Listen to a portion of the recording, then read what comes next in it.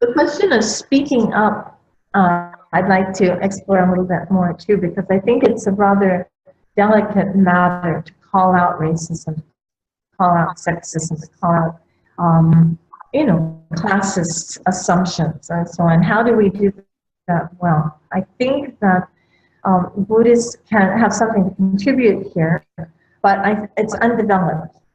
In fact, a lot of Buddhists would rather not speak up. They think that the precept on right speech, for example, or the principle of right speech means that we need to avoid any potentially conflictual situations, and that speaking up about these things might cause problems, therefore it's better to sweep them under the carpet.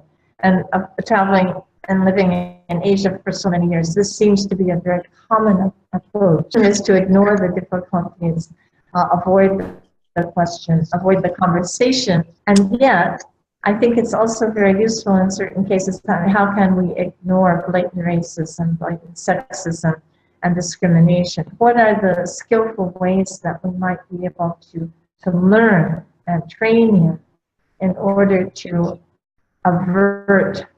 in order to provoke certain conversations and also to avoid certain potentially really conflictual situations? Silence is also linked in ways to oppression of invisibility. How to call out unacceptable attitudes and comments. Until I can see the wisdom, the doorway into the Buddha nature of the person who is speaking, and I can talk to that being, I choose not to correct people, at least publicly, because I have such a temper. I don't know if I'll be able to speak with respect. So when I can find the one fragment of wisdom or the great deal of wisdom in the words, and I can just use that as my anchor to discuss the rest of it, then I feel comfortable that I'll speak well.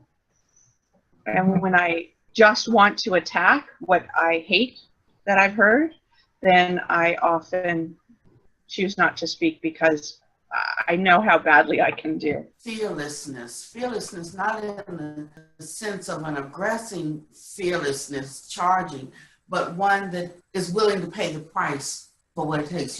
We're always counting up the cost, what something means, what some action means. And it takes a certain boldness or willingness to speak up sometimes knowing that's going to cost me.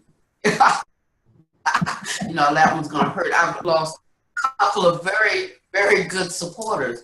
And I knew that the minute that I spoke up about it, that was going to be the end of that. And it was the end of that. There was a request made of me concerning a couple of African Americans who were visiting. And it was a really out of line request, and I just said, no, that's not what we practice here. And that person took their marbles and went home, and then have a lot to say about it later, not about it, but just talking like what the split's about, but it was really about that. But I don't need to go back and straighten it out with everybody. No, it wasn't around this, it was around this. It's just, I already know. I know what it was around. And I keep holding out the hope as long as I don't turn to bite because they turn to bite, that maybe in time they can recognize that there's no danger here. They can come back to me and I will receive them. Yes, that was said was out of line, but that's not the sum total of who they are. And I realize that, so leaving that door open for them to be able to come back, instead of turning and fighting or biting them because they're biting now, maybe over embarrassment of something they said or whatever. If we stay in a neutral ground, it creates the possibility for the future to be different, because whatever we do in this present moment over what had just happened sets up the next moment, and if we can remember that right in this moment, how do I want the next moment to be different from this one? I'm going to have to do something different, than what may be in my mind right now. I might have to hold my peace. I might have to speak to that, but really leave the door open for them to come back and, you know, and go again.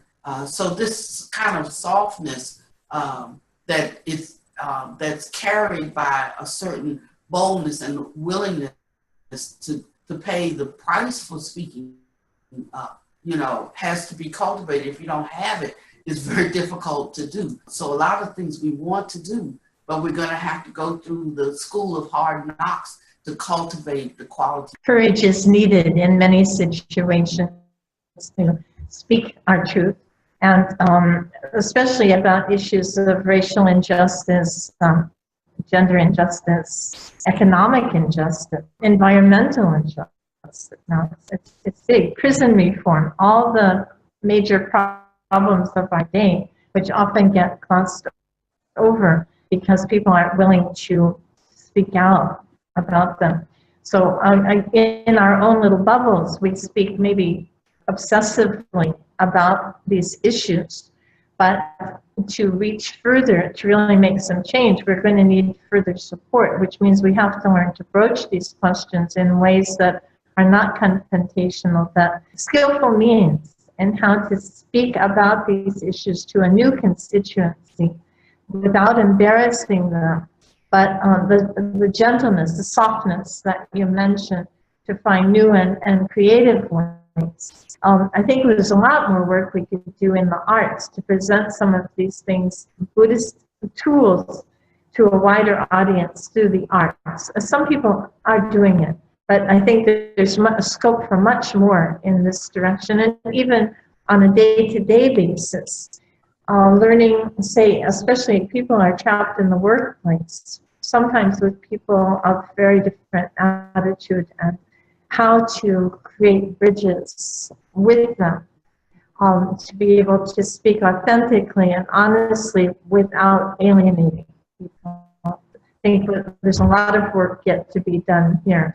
So we could just keep trotting out all the problems. I mean, I'm sitting here in Taiwan and watching the United States sort of implode and thinking, wow, what are we going to do about this? So we're finding ways to creative, effective ways to handle all of these extremely urgent situations.